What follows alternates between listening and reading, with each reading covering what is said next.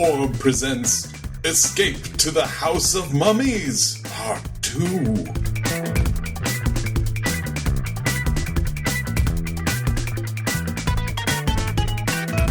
My name is Gary Butterfield. My name is Cole Ross. And my name is William Hughes. And you're listening to Orb. It's Orb. It's incomplete. Orb! Gary, it's Orb! Guys, it's Orb! Orb's here. Orb is here. Rolling on Everything up. was bad, but now Orb is here. He'll tell us what to do. Werewife. We're talking about a good one, and we got a guest. 2 guests in a row. Yeah, a rare treat. How would I know you, Will? I just have like I don't know, Cole. We've known each other for several years. Okay, We've met. okay. You. One time we made up competitive Mighty Ducks screenplays against each other. I think. Oh yeah, we did. Okay. No. Now it's all coming back. You're Will Hughes. Okay. Yeah. No. Okay. People might know me from a couple different, vastly different levels of respect angles.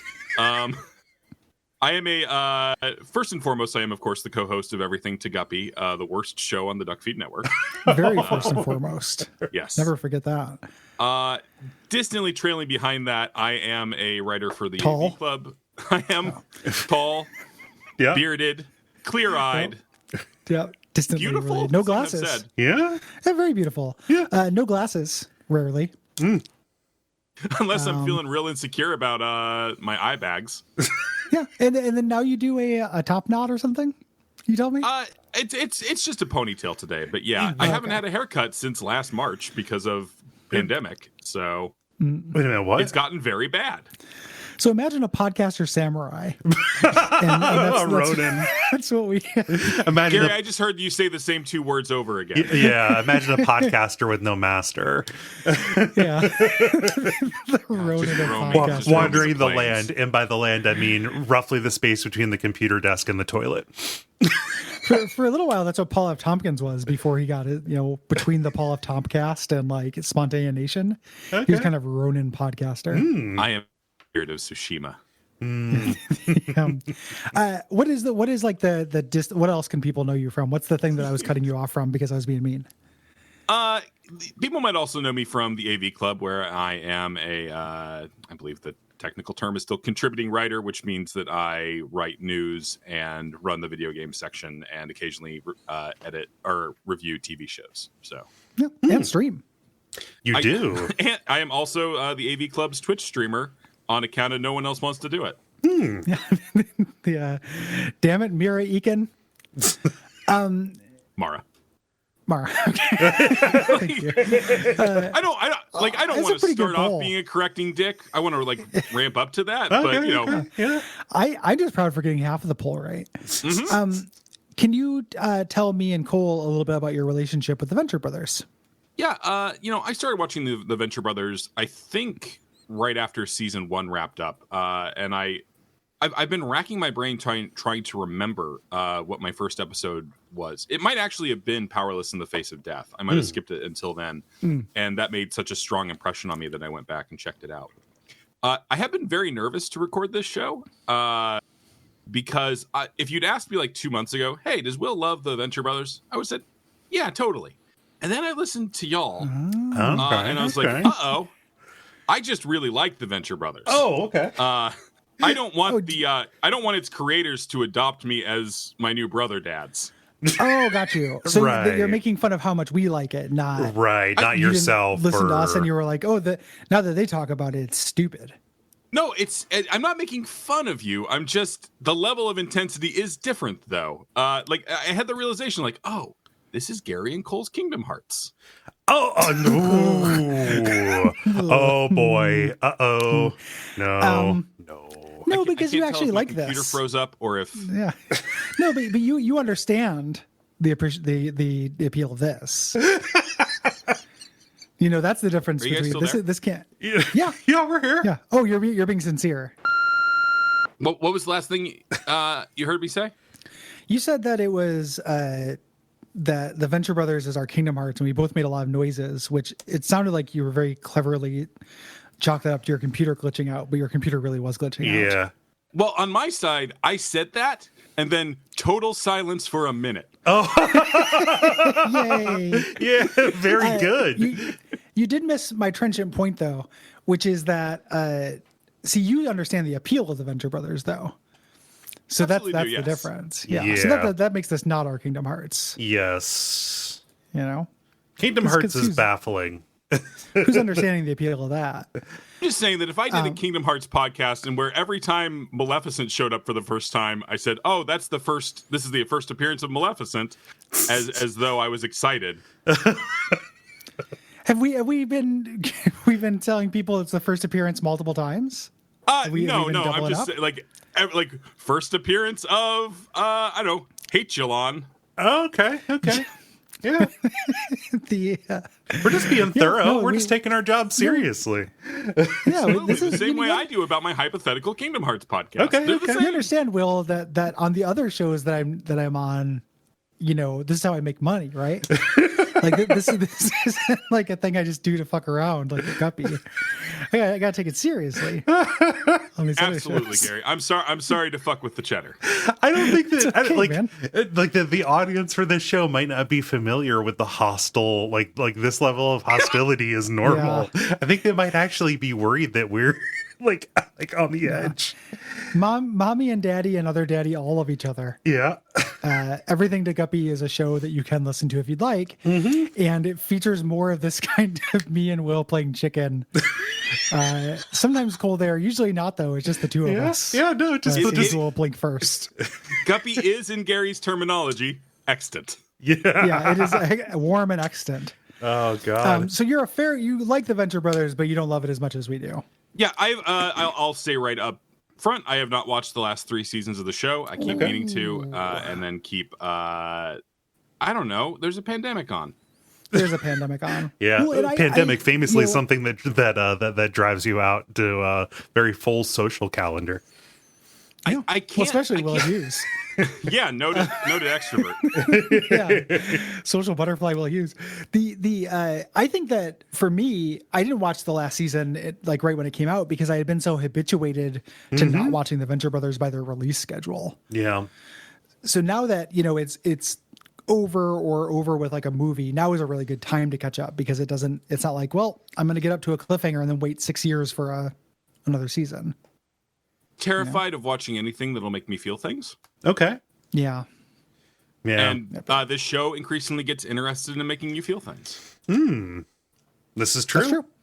What drew you to come in and talk about Escape to the House of Mummies Part 2? So once again, I am terrified to address this. Okay. Because of Gary declaring this like the greatest episode of TV of all time, like 2 weeks ago. I might have said it was the best Venture Brothers, but I don't think I said it's the greatest episode of TV of all time. Maybe the best episode of season 2, possibly. Like Yeah. I know this isn't Gary's favorite episode of the show. No, this is the Doctor of Sin. I just really love this episode. It's really clever. Be a lot of shit for a direct quote. I don't think it's a direct quote. Future Will, can you come in here and Hey folks, Future Will here. Gary's exact line in the Hate Floats episode was, one of the best episodes of the show. Or any show, I would argue. Thanks. and quote me on that? Because I don't think I said that, but if I did, I don't think I just think it's a really good episode of the show. Yeah, Maybe yeah. the best episode of season 2. So it was the reputation that made you think, yeah, I'll hop on here and talk about this. Yeah, It was gotta the slay this memory. golden Like cow. I have been rewatching the show since you guys started Orb. But my season 1 watch did stall out a little bit. Right. At like home insecurity. So I started like after like Gary asked me which episodes would I like to do. And then I went back, like after I answered him with the ones that I remembered, I went back and watched.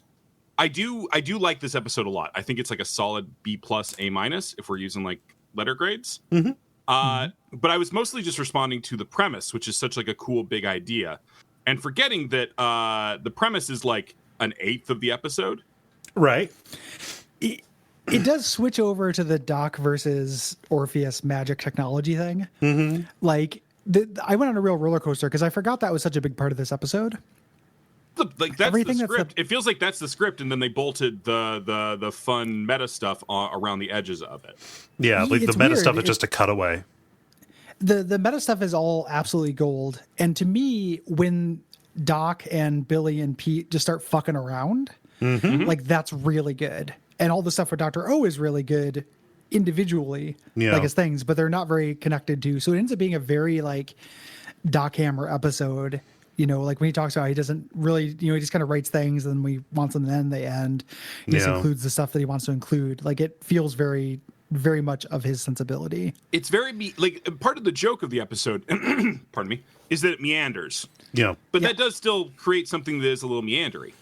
And like maybe the only reason I'm being kind of iffy on it is like after I watched this, I went on to the next episode, which is 20 Years to Midnight, which I think is the best episode of the season. Interesting. And which is like relentlessly paced and super focused. Yeah. It is definitely more. I guess there might be different things that people go to the Venture Brothers for, because I agree that the episode is like incredibly paced and focused. Like that's like a fun adventure. I also would have really liked when you guys said your names at the start. If I could have just yelled, "Ignore me." Well, you know, you can say it now. We can cut it in. I think this is funnier than that episode. So there might be just like, you know, that's always going to be this weird trump card for me with almost anything. Like, oh, it's funnier, so it kind of wins, you know? And I think that might be the difference, because the humor in this episode works for me. I think that like it meandering away from the concept, all those elements in the concept wouldn't work as explored as a linear thing. They only work with cutting back between and you having to fill in the gaps for how they got between those different like keyframes of that story. Because there's like there's no character in those side parts. Like No. No. Where you look at like Hate Floats, where you start to see like Dean rejecting the life and stuff. No, this is just like the season 1 Venture Brothers having an adventure. Yeah, during the cutaways. Yeah. But it's like the best of season 1 Venture Brothers in that it's just like, you know, to me again, I think is very funny. Like I love cutting back to that and being like, okay, you know, now Dean is riding on the perfect man with a mummy head and 2 AK-47s. Like that's very funny to me without getting the setup. It is extremely funny. I haven't listened to the commentary. Was Family Guy the primary inspiration for this episode? No, they did not. They did not cite Family Guy on the on the cutaways. Like it's a real polarized episode within itself. They're very different cutaways than Family Guy will. Like I was moving. Not everything can be a conflict. We don't have to hash everything out. Will made his point. He wanted it to be a conflict. That was definitely on purpose. I know. I was denying it to him. I was denying him the conflict. Mumbling in the background, angrily mumbling in the background, is going to power me for like a month. You know there are different types of cutaways, and you know you're not bringing an antiquarian into the Crimson Court, asshole.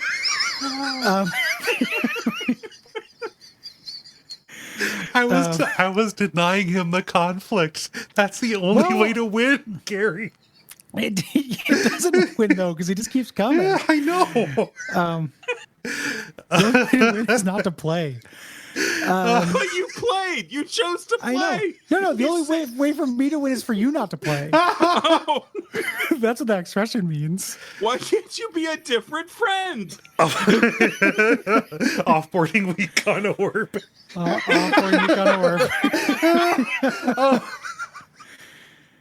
I was moving us forward because I thought what Will said was funny, and I wanted to give more opportunities for stuff like that to happen. I did not. Okay. So the let us continue. I did take that bait. And I'll probably take the next one, which he knows, but we can't be here all day, so we have to move on. We do. The episode is real polarized within itself. It's kind of these two extremes. You have the cutaways to the perfect man hatching from an egg, and then you have, Dr. Orpheus talking about his failed marriage with his master, right? Like, and nothing in between, and that does lead to a certain lack of coherence. Yes. Ever the diplomat. Yep. So I'm a middle child, Gary. You're such middle child. So this episode was written by Doc Hammer, as we mentioned, directed by Jackson Public, though, and aired July 16th, 2006. It is Doc's first solo episode of the season, and it's his favorite of season 1 and 2. possibly mine as well, but not Will's. And as we mentioned, we keep dancing around the concept. If people are listening to this podcast as a service and don't know this episode, this is meta in that there is no Escape from the House of Mummies Part 1 or Part 3. We just get to see Part 2, which is keeping in with the Venture Brothers theme of like, you don't get to see the cool thing happening. They deny you that. Yeah. This might be the most extreme expression of that. Yeah. Yeah, absolutely. The adventure is an Osiris cult with a time machine. So they have the time machine. The Osiris cult has the hand of Osiris, and it's like Indiana Jones shit. Yeah. Indiana Jones meets Bill and Ted's Excellent Adventure. You get Sigmund Freud. You get Caligula, Edgar Allan Poe with this pumpkin-shaped head. Yes. Yeah. No. And then I've Rusty done it again. It's under the floorboards. And we get this B plot with Rusty and Dr. Orpheus that has a lot more pathos than the A plot does. And in terms of first appearances, which we get jazzed by, this is the first appearance of the Master. Yeah. And this is the first episode that's Dr. Orpheus focused to show that he's going to have like a backstory and a whole arc and all of that stuff. This is kind of the prequel episode to one of my favorite episodes of season 4, The Better Man. This is the first episode that like explicitly makes sure you know that Dr. Orpheus also kind of sucks. Yeah. But he sucks in a more sympathetic way, I think. Yeah. Like he's doing Like stuff therapy like mind wiping Triana and stuff like is like No. Yeah. Mind wiping is no good. But like this is basically an episode of him getting therapy. Yes. for me, it's John in a way. Benjamin. Yeah. Yeah, John Benjamin has a plan. Like he's gonna use some therapy. I think the contrast between him and Dr. Venture in terms of suckitude is that like I think Dr. Orpheus is kind of trying, Yeah. and Doc Venture is not really trying. Dr. Rusty's Orpheus. Rusty's big like epiphany at the end of this episode is that he did used to be cool. Yeah. He's just he gets his groove back, but doesn't really learn any lessons. Dr. Orpheus is kind of, I think, in more denial and feels the need to justify and defend himself more than Rusty does. I think Rusty is so beyond caring about how awful he is that he just kind of lays down about it and doesn't necessarily fight whenever it comes up. Yeah. It's a weird thing where you contrast like Dr. Orpheus mind wiping Triana to keep her out of her forbidden closet of mystery, which is no good to like, Dr. Venture literally offering his brother Dean, like offering his son a Dean, and even in this one where his kids are about to be killed, his defiance of, their life. He doesn't clone them, but also who cares if these ones die? Right. This is also, we had learned that we knew Rusty was a boy adventurer, but now we know that there was a Rusty Venture show. Yes. So there were lunchboxes and walkie-talkies and all that jazz. Yeah. So he was like, I love this. I love how exploitative that is. If your dad just decided to license your life story to you to make you also a child star who famously grow up to be well-adjusted. Yeah. It's good. And also something about this, the commentary continues to be a little bit content light, or at least, fact light. But in the commentary for this, kind of related to Rusty having lunchboxes and stuff, you have Doc, Hammer, and Jackson Public pitching Billy Quizboy as an obsessive collector who stalks eBay for pop culture ephemera and stuff. Kind of basically like establishing as a joke in a conversation with each other his motivation and character and ultimately his foil in the back half of the series. Right, with Augustus St. Cloud. Yeah. So yeah, doing the riff in it, doing the live character development. Yeah. This is the last Star Wars joke for a little bit too, because they had a little thing where they ended with a Star Wars reference, and then they thought they were getting too reliant on these, so they made a bet: the first person who put a Star Wars joke in an episode had to get the same haircut they had in 8th grade, which is a funny idea. It is. Yeah. Star Wars joke is a little. It's just a straight up like lift, except instead of a tauntaun, it's an Edgar Allan Poe. Yeah. I think that's a joke. It's a Star Wars reference. Yeah, it's a reference, but cutting open, one of the greatest, horror and suspense authors of all time to keep keep a boy warm. that counts as a joke to me. It's also one of the weirdest things that happens in Star Wars. I don't remember very much about Star Wars, but like, if I remember 10% of the stuff I've seen of Star Wars, it's so weird to me that like hiding inside the bear is one of them. Gary, he hides inside the kangaroo horse, not the bear. It's got like a lot of bear qualities to it. You're thinking of the Wampa. The Wampa's what hurts him in the first There's place. the Wampa and the Tauntaun, Gary. Come on. I'm thinking of a Tauntaun Wampa. A I'm thinking of Tampa. Chewbacca. Oh, Yeah. that is my favorite Japanese detective game. Tauntaun Tauntaun Wampa. Wampa. Tauntaun Wampa. Panic. I'm thinking of Chewbacca. Gary, at no point does anyone cut open Chewbacca and put a man in him. Somebody hasn't read the novels. Okay. His name is Gary Butterfield. Yeah, where like they haven't read the novel that's like basically 27 hours, but it's inside Chewbacca. Like it's just a harrowing real time journey of being inside that big man. I love turning it into 27 hours instead of 127 hours. It's A little bit not more so than a bad. day. This arm's coming off. Very impatient hiker. Besides, no one's going to maintain their vor boner for a full 127 hours. No, you may think you want it, like it's like a Hotel California situation when it comes to getting inside Chewbacca. We should get into it because we'll be here all day. As I keep saying, I am sorry. no, it's my fault as much as yours. For like 40, Maybe even 60. more. Maybe even more. Yeah, no, like 40, 60. Yeah. So we start out with a last time on, which again, obviously no last time. And the trope they're messing with here with the perfect man who comes from a golden egg is that if you were going to engineer, like this reminded me a lot of the comic book Preacher, where when they had been like keeping Jesus's descendant alive through inbreeding, and they have like an actual like just Jesus, but he was just absolutely, all kinds of bad chromosomes and and stuff. Yes. They made them. Oh, oops! We made a Habsburg. Yeah. Oops, all Habsburgs. Yeah. Yeah. So I think that's what they're doing here with the perfect man. Yeah. Well, he's kind of like he's like a baby. Like he hatches out of this and he's sucking on his foot. Because just the idea of somebody being grown, somebody being born full grown, it's like that looks like you've given birth to a dude.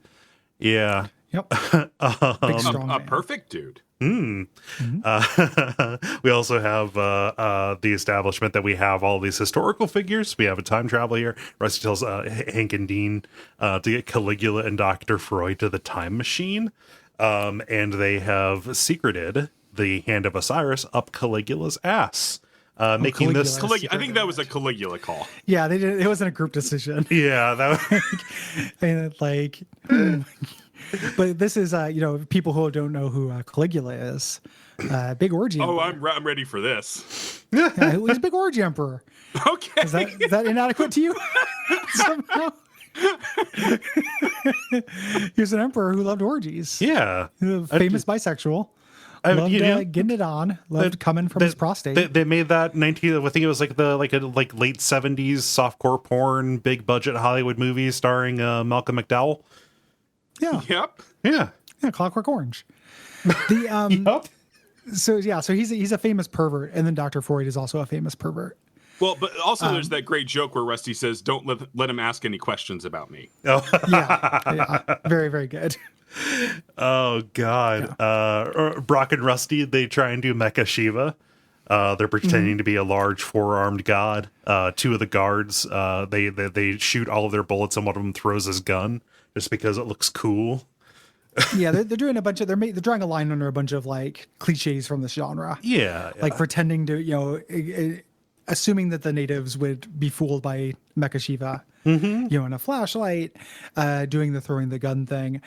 Cut over to the perfect man who they want to keep as a pet. Feed he's him very and cute. walk He's him. very happy. There's Yeah. like a really good bit of timing where perfect man looks up with a big smile, which I like a lot.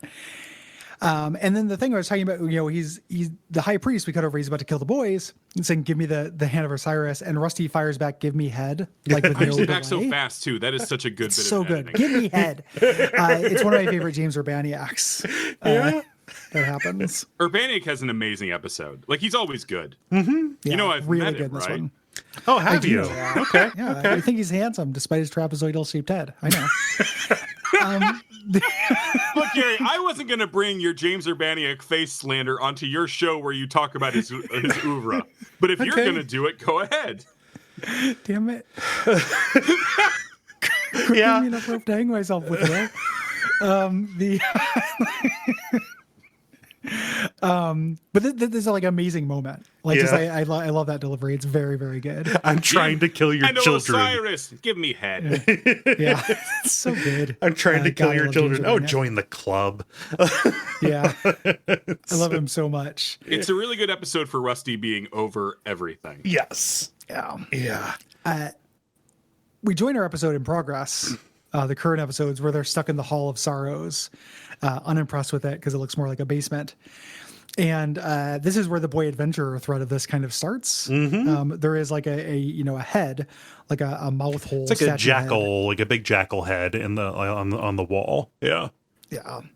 And Rusty tells the boys to crawl through. They can't. And he's like, I was crawling through holes half that size when I was your age. I love Again, that just Rusty. totally owning his sons. Full grown Rusty is scrawnier than his sons. Yeah.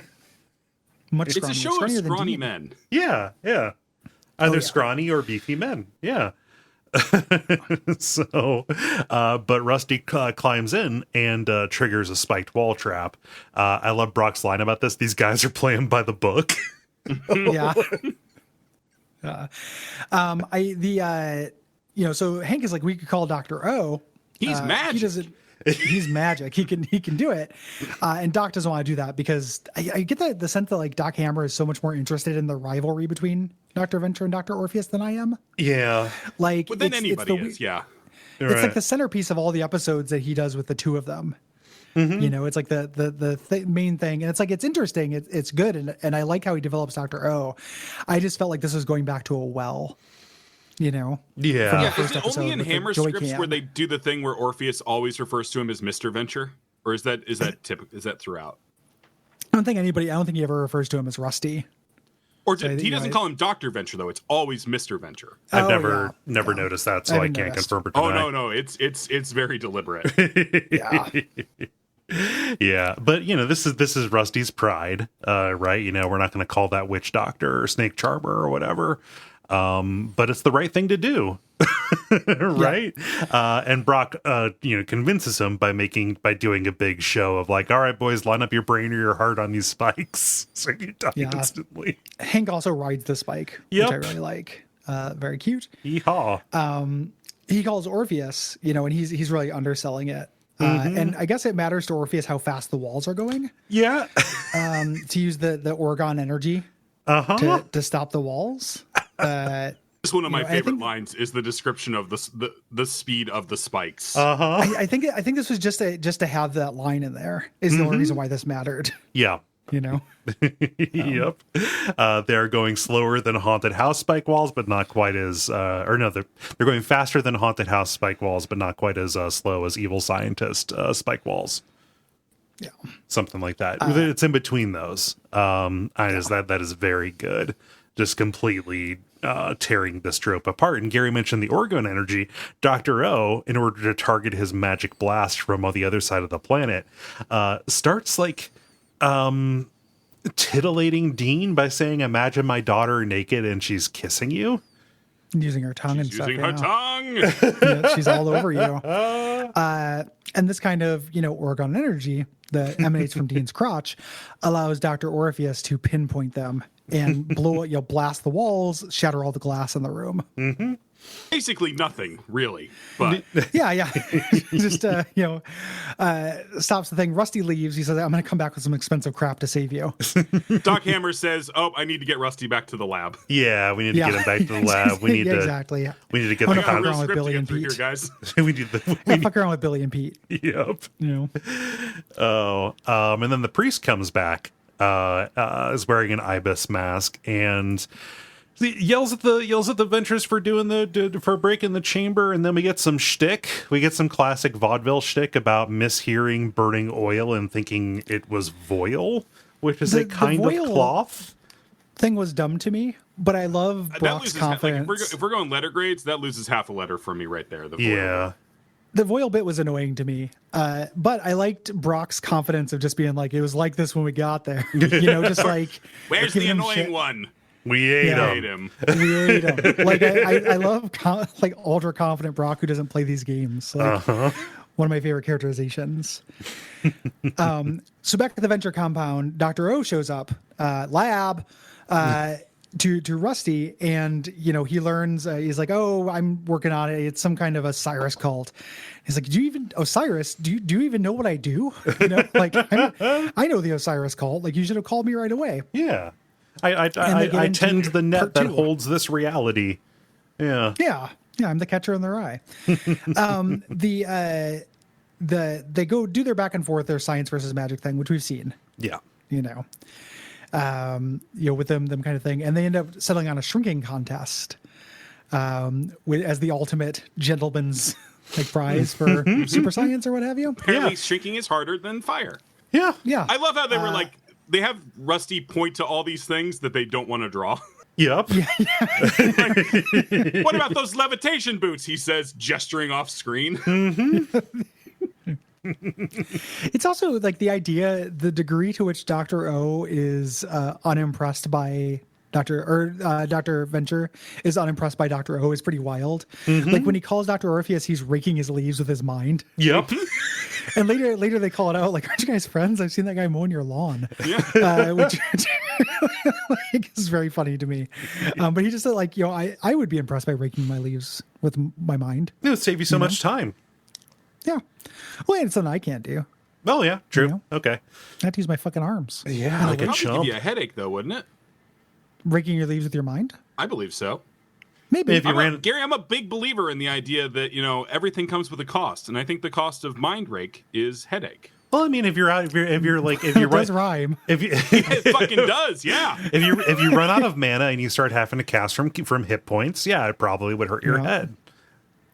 Do we ever get the full cosmology of how much MP Dr. Orpheus has? I think it's Vancian. Ooh, really? Yeah. He never does the same spell Now I want twice. to think about this seriously. I don't know. I don't know He that seems pretty cavalier with it. I don't know that but he never does the same one twice. He does a lot of cantrips. I don't think we hit a point where something exceeds his actual ability. He shrinks the wrong thing here, but there's never oh, I've tried to cast, but I am depleted in some way. He just kind of does whatever the plot is demands of him. There's no Venture Brothers source book, unfortunately. Right. We don't get to learn these stats. Jesus Christ, Gary. What a good idea. You know what? Write it. Can I tell you my brilliant idea that I had a couple years ago that never got made? Gary, I love your brilliance, please. Telltale's Venture Brothers. Oh, yeah. That'd be really I great. would have played the fuck out of that, man. This is a really good fit, I think. I agree. I don't know. I'm thinking about Batman. this source book now. You got to pitch this to these guys, Gary. That's the first step to the adoption. Getting in their good books. Also, don't make fun of their lead voice actor. I probably should make fun of their friends' head shapes. Right. So they're going to do the shrinking contest. Dr. O says, "Don't bother looking for your dad's shrink ray. You sold it to Pete and Billy," which he didn't. To be a little Augustus St. Cloud, he certainly didn't. Nope. Now that we're TV recappers, I remember that kind of shit. And he refused to sell it to curse. Now we work for the AV club. Where he refused to. So. Yeah, but they got a hold of it anyway. Maybe they held a different garage sale that we didn't see because it was less eventful. Gary? Yeah. That could be. Okay, could be diplomat middle child. Could be diplomat middle child. Yep. Could be. I don't want to pass over one of the best line reads of the episode, which is where Orpheus says, "Good day, sir. Good blah blah." Yeah. Oh gosh. But yeah, the fact that Dr. Venture only agreed to this because he knew his dad had made something that would solve it, and Dr. O undercuts him on it is very good. So of course he needs to go and get a hold of this. We got to cut back to the pyramid where some actual pyramid stuff happens. Dean's head has been cut off, and now it's under an energy pyramid. If this were more coherent, I don't think this would work. I think that Right. we have to just know that something happened and not know what it is for this, and for Mummy, or whatever his name is. The degree of escalation is really well done. Really funny. Like, it's just every time, like, eventually going to 2 AK-47s, like, from nothing. The degree of escalation is very funny to me. Yeah. And them having that friendly mummy there, and also just like Dean, losing it, not just being ahead, and just adopting to it is very funny. Yes. And Brock does, I love it. I never like in a serious work where characters criticize the plot. Like, I think that's an annoying thing, but Brock's just being like, this is getting stupid. Yep. Again, really, really good line read and really good. Like, very, very fun. I could feel the delight in the pen that wrote that line. Yeah. Orpheus attempts to shrink himself, but he shrinks his desk instead. He makes a little bit of lemonade out of some very tiny lemons by saying, we can just use this as dollhouse furniture. But shrinking is harder than he thought it would be. Like, the episode weirdly puts a lot of emphasis on it's easy to shrink some things, just not yourself. Yeah. Apparently shrinking is really hard in this world. So, which I guess actually is followed up on because their Ant-Man guy, they never replicated that. No. Wow, fuck. I think they talk about that. The lore is so rich. The lore, and then when I know. Riku finally releases Kyrie's heart from inside Dude, Sora, I will drop you from this fucking call. I like, not kidding. You don't get to bring that shit to where I work.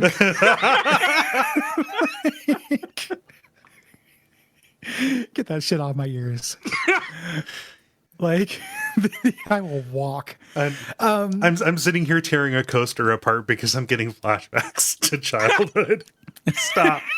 I thought you were going to say getting flashbacks to the one time you were on Guppy. Accidentally? No, where I was hoodwinked into being on Guppy, yeah.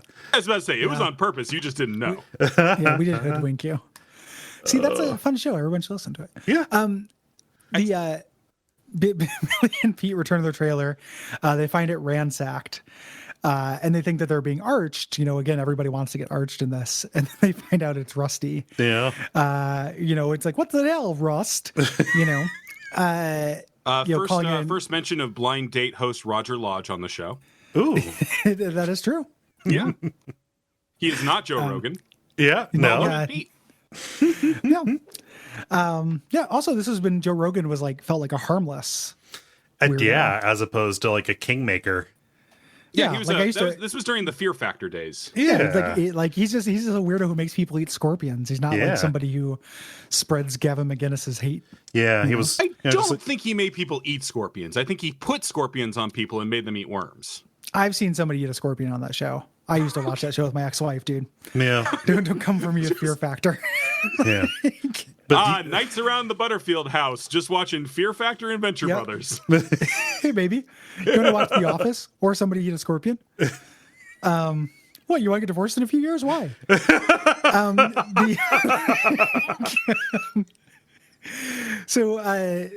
They say it's Rusty. They really gloss over why Rusty broke in. Right. This was Ben Edlund's idea. Apparently, that he would break in. They're just like, why didn't you ask to borrow it? And he's like, I already apologized for that. No, you didn't.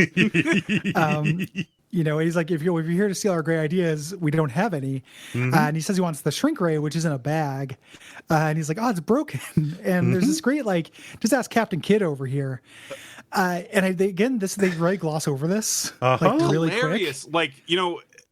Among lines that's like, we just needed to have the shrink ray not work. This is the funniest. This is very funny.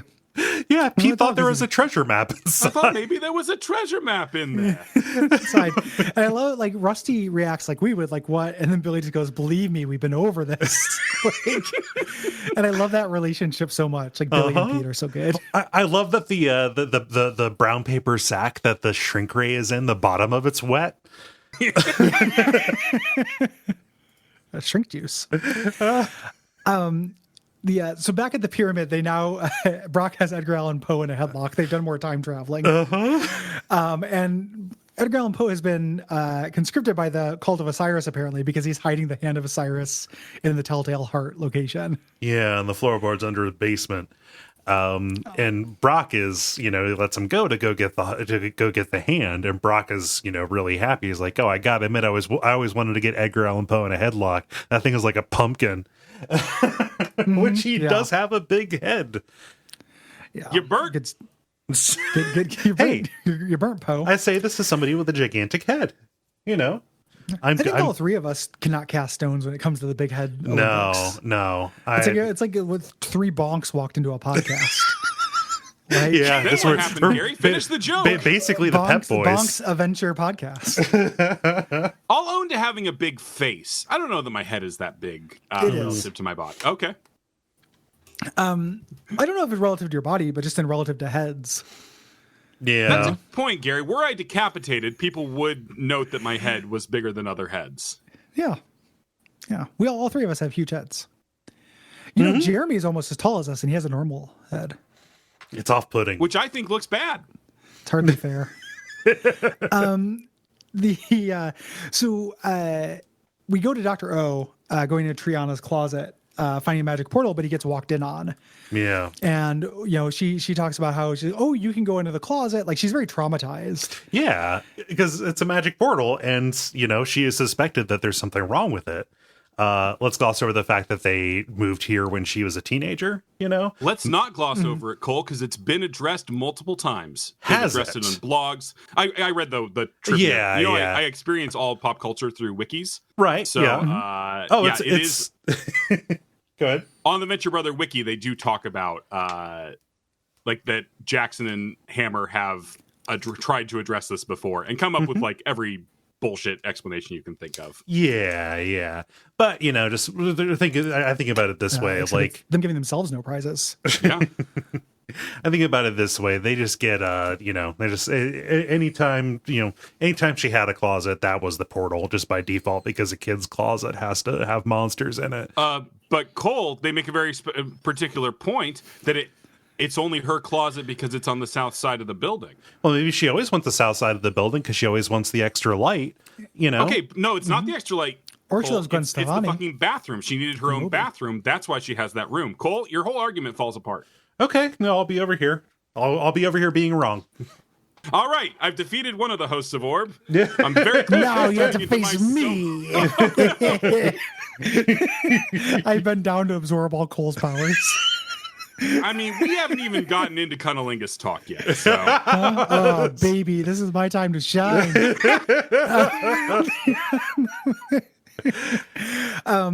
So she says, down to Gary calling someone a king in 20 minutes. Nobody on this show is a king.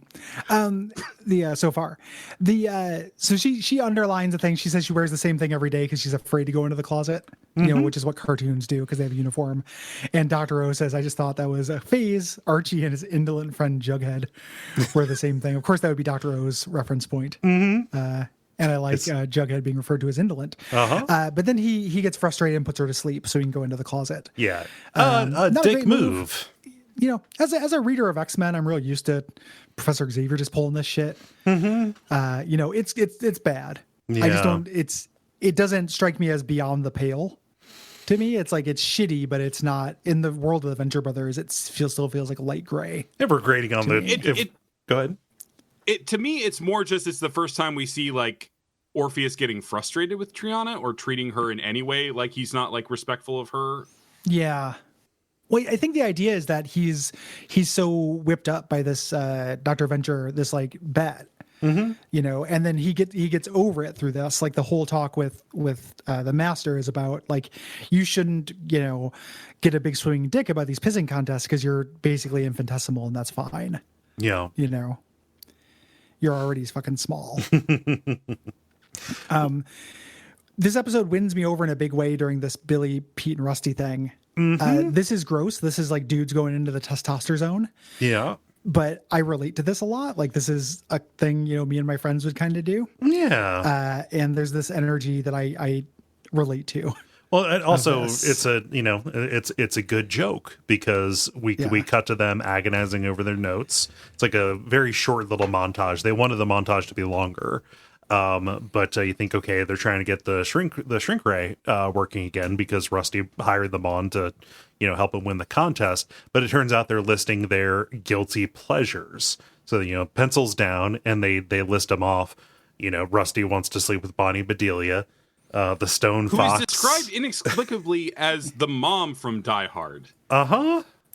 Her motherhood is not emphasized in that film.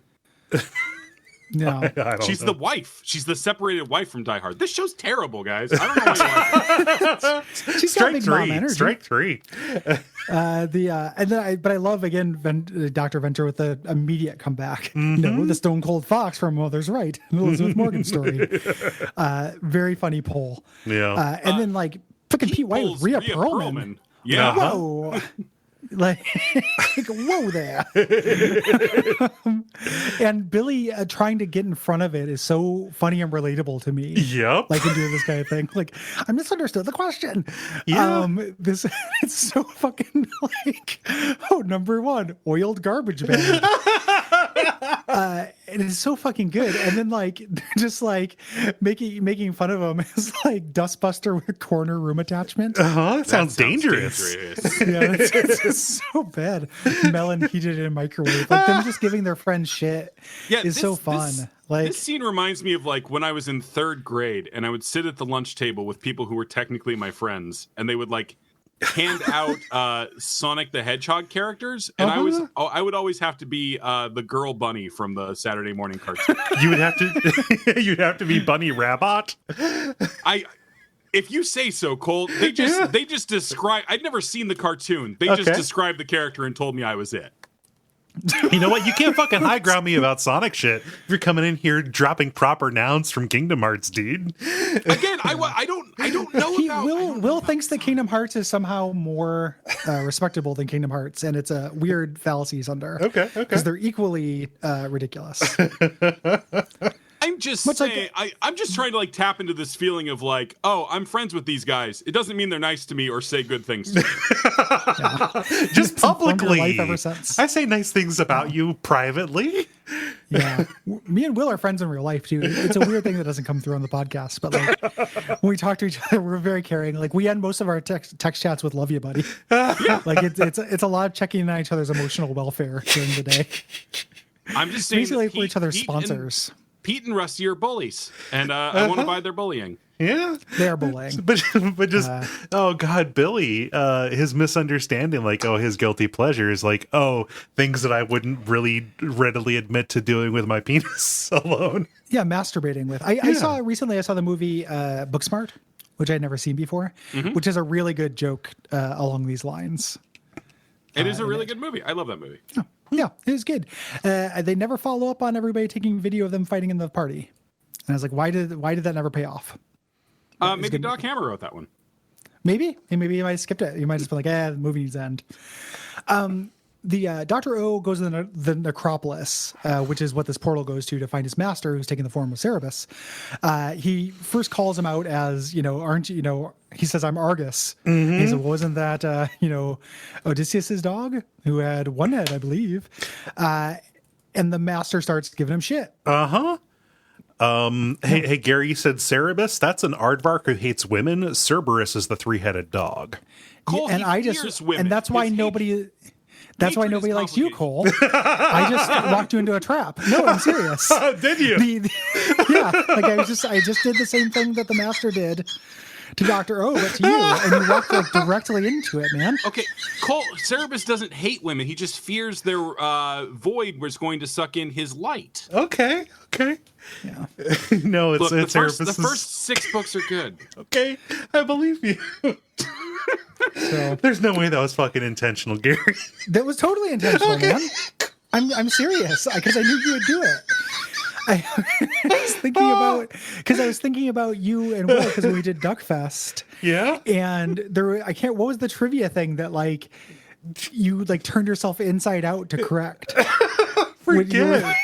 Was it about how the what the mystery flavor airheads were? Mystery flavored dum dums. Yeah. And you basically threw yourself onto a grenade to explain that trivia bit.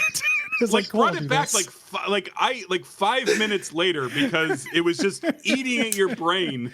This plaque of knowledge just eroding neurons. I've got to. I mean, I'm not going to say I don't have a problem. The it's three-way firing squad. Hey, Will, do you want to team up?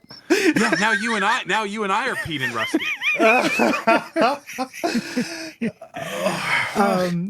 Hey, we can move on. I did do that on purpose. Okay, cool. But yeah, we've got John Benjamin here. What a treat! They in the commentary. He's incredible. In the commentary, maybe the best single-voiced voice actor. Oh yes, yeah. They geek out. They were so happy to get to work with him. They're like, oh yeah, just this season we get to start working with John Benjamin and Dana Snyder. It's like, fuck yeah. Yeah. Incredibly funny. And I love this this treatment. I'll always be a sucker for, like, even if you take the form of a dog and you're a person or a creature or an element, you're still a dog. You know? So like all this little bit with him, like he's like, hold on a second, this head tastes, licks my genitals. It would stop him. It feels amazing though. And him just kind of like going on about it is very good. And then like a bunch of scenes where like Dr. O is scratching his ears. Things like that. Like I love that shit. I taste my own Benjamin does a classic one of his ticks, which is like cracking up halfway through the line. Which is always like it's a conundrum. Yeah. Yeah, it's a real Coach McGirt kind of cadence that he has there for it. Yeah. Yeah. Just an incredibly charismatic voice actor. But the master starts lighting into him because here comes Dr. O asking, how do I get small? And this turns into a therapy session to make him emotionally small. They have a conversation like, oh, like you suck, Dr. O. Think about why your wife left you. And Dr. Orpheus says, like, oh, I spent too much time working. No, you're a wuss. Yeah. She left you for a younger man because of that. Yeah. And again, like as we mentioned, we get follow up on that. I like that episode quite a bit. The Outrider. Because there's not enough Solomon Kane stuff. Everyone's doing Doc Savage. Nobody's doing Solomon Kane when it comes to like 20s pulp heroes. I agree. That's the problem with all pop culture. Yeah. More Solomon Kane, please. Brock, Hank, and Dean and Freud and Poe are in the pyramid. We come back to them looking down on the priest, and they see Dean's body. They're like, oh, they have Dean's body and Hank's body and Brock. And this is because Hank set the time machine to 10:30 a.m. instead of 10:30 or 12:30 a.m. instead of 12:30 AD. So this is just really good to set up a double Brock later. And then we go into shrink ray testing mode. So they first test it on Helper because they've got to do it on an object that nobody cares about. I love that he's got a blindfold on and a cigarette in his mouth, like he's being executed by the French Foreign Legion. Yep. Yeah. Pete won't do it because he's an albino. He explodes if he goes to the beach. Rusty won't do it because he's a single father. Those and they're boys trying to need bully him. He is their rock. Yeah, he is their rock. Billy says he won't do it because he's never tasted the flower of a woman. And here we come to it, gentlemen. Yep. Cunnilingus Let me zone. crack my knuckles here. Cunnilingus zone. It's time for the testosterone zone. I'm talking about King chat. But he's just being very flowery about saying he's a virgin. Yeah. And they're just like, are you being? Is that a metaphor? Because I don't take very many trips down south myself. Says Pete White.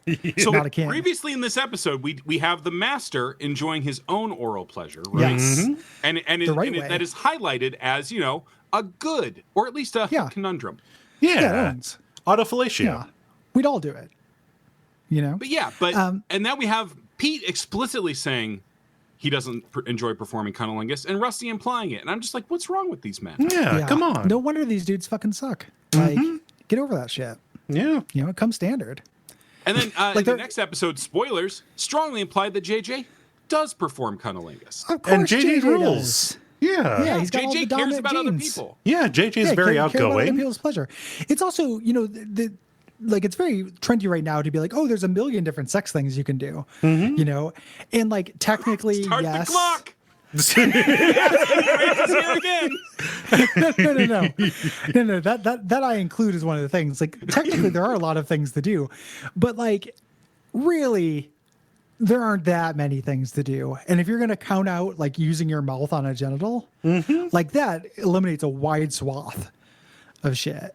Even like if I do think JJ is probably one of those guys who's a little too into getting her off with his mouth. Oh, sure. That's the thing. Yeah. Well, he's got something to prove. He's 1 foot tall. Like he's a total Napoleon complex. You know? Yeah. He's, but it just you can't just take like something that wide and just strike it from your sexual vocab. Yeah, it's like it's tying an arm behind your back, which that might be somebody's thing, but with your arm tied behind your back, you can still go down there. Totally. Yeah. It's like you have no arms, you can still, be a king. Mm-hmm. All right. In the land of the armless, the one mouth man is king. On the other hand, completely unsurprising that neither Pete nor Rusty do it. Oh yeah. Yeah. Certainly Rusty. We still haven't learned enough about Pete at this point. I could see him doing it, but being very bad about it. Yeah. Technically, he's always or blowing. like emotionally, like, I guess if you're going to make me, fella. I was thinking technically like trying to do it and just being like, I guess he'd be emotionally bad too, though, because he's got an inflated sense of ego. Yeah, I would think that awesome. he probably thinks that he's really good at it, but he doesn't spend enough time to it, and maybe he gets a little too focused on finishing it quickly. He might be one of those guys who spends too much time on it. Oh, maybe he's just like, I'm gonna do this for like 6 hours. You're gonna love that, right? Yeah, I could eat a peach for days. Yeah. Mr. Public and Mr. Hammer, we have questions. Please write the source book. Please, not the source book for the show, the source book for your own attitude, so I can understand. Mr. Hammer, 15 years ago, Ray Cunnilingus. Sir. Pete White will perform Cunnilingus for 2d6 rounds, but no more. And they're not turns though. Mm-hmm. That's how you can tell he's not a king. He says he's a virgin, and I again, just in the lived-in friendship, giving each other shit thing, we're like, we know. Yeah. Nobody is surprised by this. Well, and then they take it too far, because Rusty says, oh, it wouldn't even be murder if we killed you with this thing. It would just be a very late abortion. Yeah. Mean. And I love this little swerve into another side quest in the middle of this very unfocused episode. Yep. Where Billy, the music kicks up and Billy's like, I would like, give me 24 hours to taste the flower of a woman. And they just don't do it. But the idea of him going on a quest where they have like 24 hours to get Billy laid in the middle, like this nested thing, was very funny to me. Yep. So they do that, the shrink ray. It looks like it doesn't work, but it just shrinks his lungs, which is fucking horrifying. And Dr. Venture should sell that to the military right away. Yep. And there's this great little bit where Rusty farts, and they enjoy it and talk about it like men do. Yeah. Very lived in, like, it's coming your way, you'll get there soon. Is a very, and it'll kill him. His lungs are already so tiny. We'll murder him with. Yeah. Alexa, has anyone ever died from farts? Oh, I'm sure. I think I read about that Alexa's like in rough now. I was gonna say, Alexa sounds great.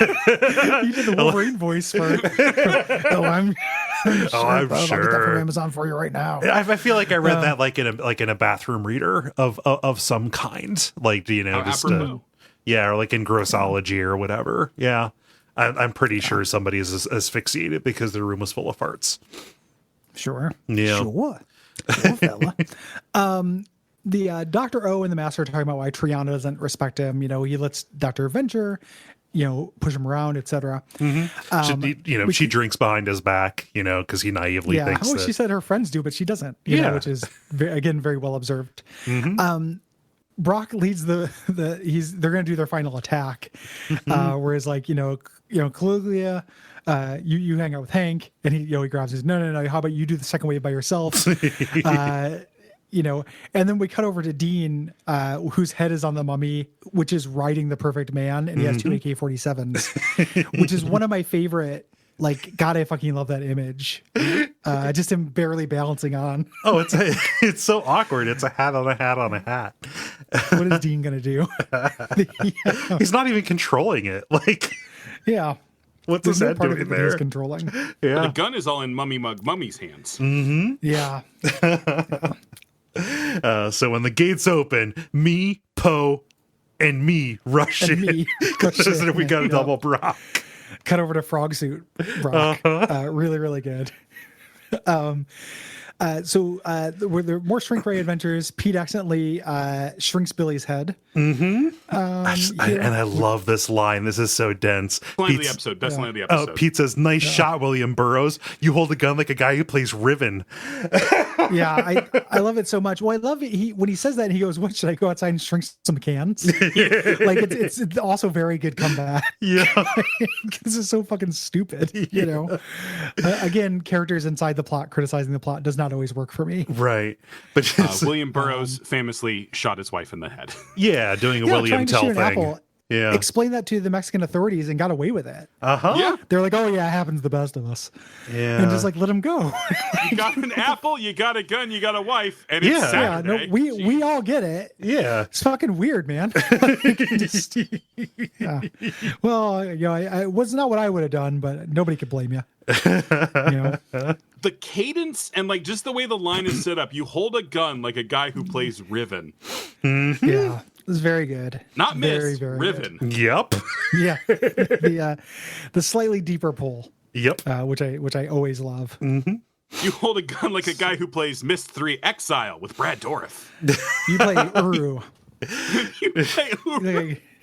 the guy who plays Uru. Pete tries to fix it and ends up making Pete making making size. Billy regular size. They say he looks like Tobey Toby Maguire Maguire in a Hulk Hulk costume. regular sized, like actual proportioned Billy is pretty upsetting, actually. Yeah, well, I love how excited he is too. Like, I need a mirror, and then they get away. Like, he's so excited about it. Dr. O and the Master are looking at the vision of the cosmos. Orpheus feeling about how insignificant he is and feeling very small. And this is is the Master's idea. Yes. You don't have to do this kind of thing because this is small ball. This is bullshit. It's about time for the contest. Rusty says, like, we should quit. I can't get this working. I can't even get something my dad made. I can't even fix that, let alone invent something. I was a good boy adventurer, but I'm bad at this, which is, one of those thesis lines that a character will say in a show. Like, oh, that's the point of the character. Yeah. It's tremendously sad. I peaked at 9. Yeah. Yeah. Royal Tenenbaums energy, just like very, very people past their prime is always going to be a theme that like works on me. Yeah. It's very Gary. sad. Hey, hello. No, I think that my prime is going to be when I'm 62. So everybody look out. 22 years Roaming in the future. wastes, podcasting for the mutants. Yep, eating rats. My peak rat catching in the sewer for sustenance. I can find a can of cat food in any grocery store. Any grocery store, Gary? Any grocery store at 62. He's got time Not to now, develop but you've the got skill. 22 years of learning. I'm going to practice right now. I'm taking one of the great courses from the Great Courses Plus. Anybody else think it's Welcome to my master class. anybody else Here's think cat food. do you think it's weird that like cat food and dog food, like any kind of pet food, is the package has a picture of the thing you feed it to on it, not the thing it's made of? I think it's so humans don't eat it. Give me a minute, Gary, please. A what? No, I was asking for a minute to contemplate your idea, Cole. Okay. He's thinking about it. Yeah. It's just I guess you're it's right. weird. I guess you're right. If somebody who was unaware that a grocery store sometimes sold food that you gave to animals instead of humans, they would walk up to it and say, "Oh my God, these people they're putting cat meat in cans."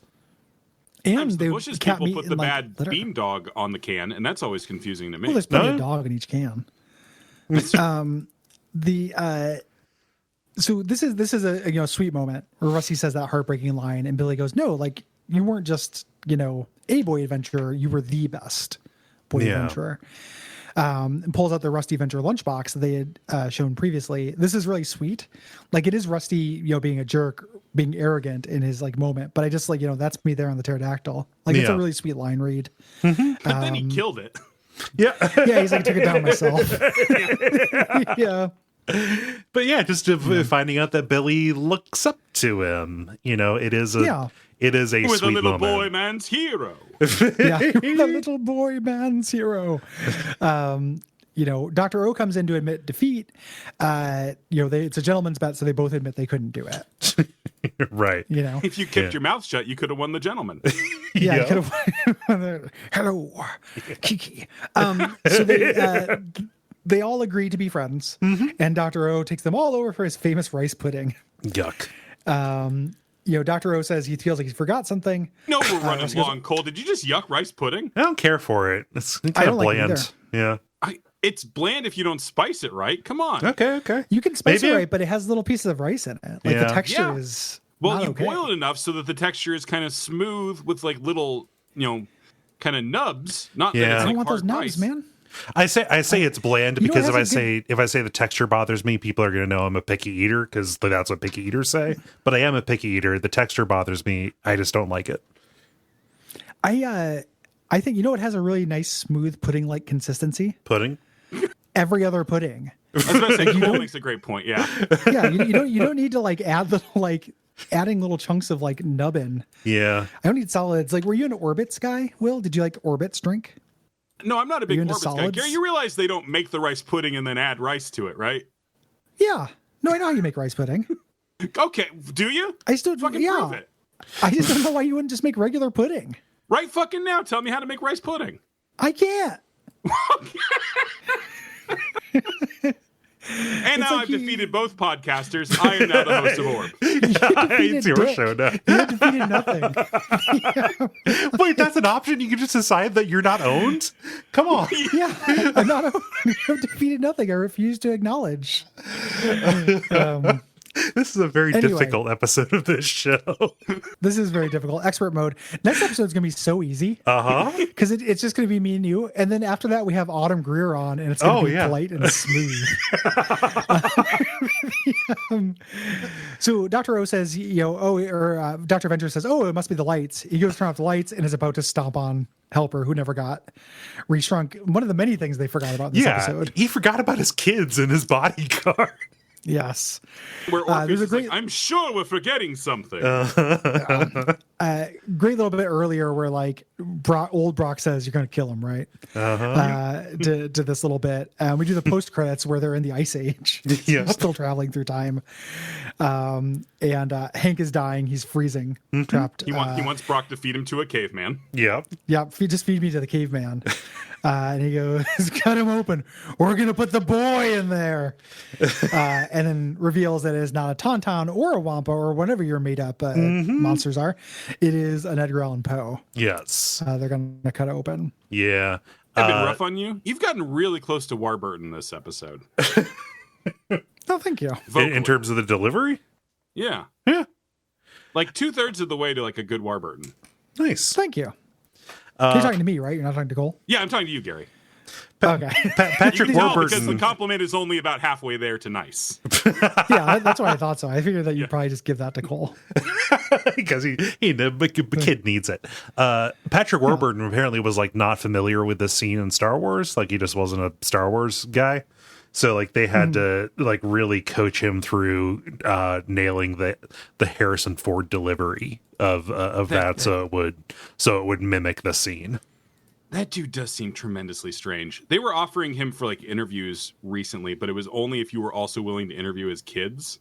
Okay. And they were like passing it off as the Warburtons. Huh. So he's trying to pull his kids up the ladder, I guess. Yeah. Yeah. Using the star power of Patrick Warburton. Yeah. Putty. The devil. Kronk himself. Yeah, I like that performance. I like the idea of Edgar Allan Poe smelling worse on the inside than the outside. Yeah. He probably didn't smell good. Yeah, it was probably pretty Nobody during rough. those times did. Yeah. Yeah. But inside, everyone just like- smells like like shit rubbing- and blood. Yep. It's the great equalizer. Yeah. It's a big thing that was gone from Trauma Center Under the Knife. Oh yeah. Yeah. Like it probably smelled really bad. And there The wasn't that olfactory. element to it. Yeah. Yeah. Like at no point did you like have to like you slit the large intestine and just smell like shit. Yeah. Yeah. Just like and like right off the line. Like without being processed. Yeah, the fresh stuff. And that's the episode. Yep. We never get part Yes. 3. We never get part 1. Just right there Part in the 3, I middle. believe, is subtitled what? Mystery of the Robot Cannon? The or robot something like cannon. that? Let's- Yeah. yeah, Which it's is a- a cannon that shoots robots. Yes. Yeah. Not a good mystery in that case. No. Solved it right then. Yeah. Well, I mean, there's 2 ways it could have gone. Yeah. This episode, I like this episode because not only do I think it's funny and I appreciate the concept, but the Dr. Orpheus work is very good to me. Mm-hmm. And the Dr. Venture, Pete White, Billy Quizboy goofing around is always fun to me, even if it's not really advancing anything. Like, I don't know how controversial this is because I haven't gotten there in my rewatch and I haven't talked to a lot of people about it. But the stuff with Billy Quizboy that's actually lore related and pathos related falls a little bit flat for me in this show. Like, I love him as a character, but I also think that his backstory is a little bit boring. He's too tied to Phantom Limb for me. Yeah. I think that episode is kind of a There's dud. like no jokes in that episode. It's Yeah. really weird. Just like, shit, we got to give Billy a backstory. Yeah. Do you? And it's like, you know, I don't know. Like, Pete White doesn't have that. Nope. He's just an albino. You know, that's the joke, and it works just fine. But Billy ended up getting elevated. Yeah. I like them when they're just hanging around. I want them to give each other shit. And I also think that, like, this is a well-observed dude friendship thing, as evidenced on this podcast. Like, you know, like a lot of times you get a couple dudes in a room, and they're pretty mean to each other and team up and bully, and they're shifting alliances, and cliques and stuff. I think that is really well observed in this episode and on this episode of this podcast. Yeah. No, this Not is. nutshell. I like you putting a bow or putting a big bow around it. We made the episode like Yeah. the episode. Yeah. Meta. It's the most meta episode of Orb as well. Yeah. I do think I think this is a really good hangout episode, and it has a really neat high concept. I just don't think the two gel as well as they could. I can They get do that behind more. Like the Doctor is Sin, which is really high concept, has a lot of really good jokes and has a lot of character development. You know, my favorite episode of the show, gels them much better than this. You know, like there are definitely ways to tie them. Yeah, in the art book, Doc Hammer kind of talks about like when he began writing this, it was like right after they got renewed for a new season, and he was like he had this sense of I can get away with anything almost. I almost feel like this is a first swing at, you know, stuff that he would try to do later when he had a little bit more discipline, you know, as a script writer probably. You know, so like this is wild swings that go in every direction but don't cohere, and I think that as he got more bites at the apple and probably was a little bit less JoJo the circus boy about his pretty new pet, like, you know, that's You're using a lot of colorful language in the sentence, Cole. It's What? really I've been enjoying the ride through this. It was I'm trying to think of like Bites at the Apple and JoJo the circus boy with his brand new pet, neither of which are expressions I know. no, it's all very Ray Bradbury. JoJo the circus boy with his pretty pet is it's from Tommy Boy. Okay. Yeah, people who know the movie Tommy Boy will appreciate that reference. Cole, I'm with you on Tommy Boy, but I had a choice between acknowledging your reference or letting Gary mock you, and I chose evil. Yeah. Okay, all right, yeah. Will is living a BioWare game. I took the renegade option. Yeah. Yeah. To put it more succinctly, as he got more disciplined and I think less, let's say, unrestrainedly jubilant about the possibility that was in front of him, I think that he put out stuff that was more consistent. However, I am a sucker for the master, and I am a sucker for the rapid fire pace of jokes in this. Yeah. I'm too much of a sucker for I recognize its structural flaws in a Will Hughes way, but I am too much of a sucker for the things it does well. Yep. To really hold it against it. Any other final thoughts we got on this episode? I don't think so. I might take that silence as a no. Yeah, probably no. My therapist is going to be hearing about this, but okay. Yeah. Yeah. No, all our therapists are going to be hearing about this. If we had some, and if people in our lives hadn't repeatedly told us to get one. Yeah, I got a group chat going. All of our therapists. Dr. Noreen Reardon and Dr. Diane Freites both know each other. So, Cole, you're fine. I know. Thank you for joining us, Will. Appreciate you. Gary, thank you for making that sound sincere. No, you know I appreciate you. Yeah, of course. Like I said, like half of our dialogue is about how much we love each other and support each other emotionally. It just we don't put that stuff out on Front Street. It's real weird. It's like we're closeted, like emotionally support to each other. Like we just don't want anyone to know, but like we're just constantly just like, hey man, you doing okay? That sucks. You had water yet? Are you hungry? Is that maybe? We spend a lot of time doing that. Well, Yeah, I'm sorry. I was just feeling sensitive. Oh no, I understand.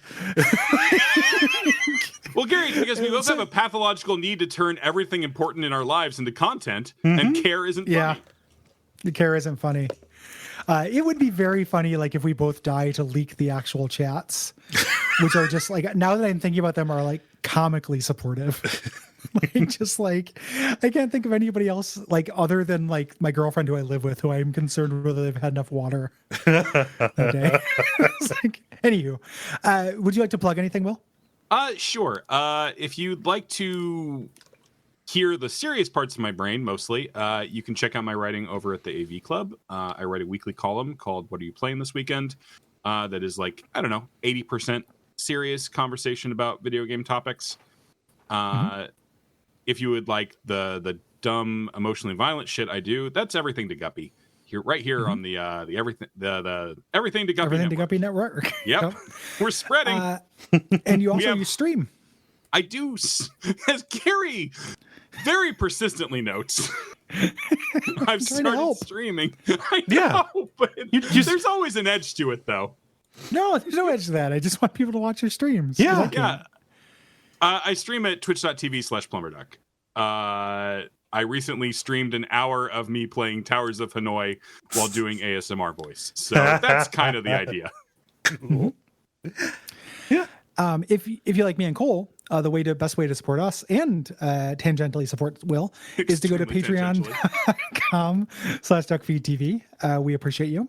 If you do so, you can also leave us ratings, reviews on Apple Podcast or Podcast Addict. Yeah.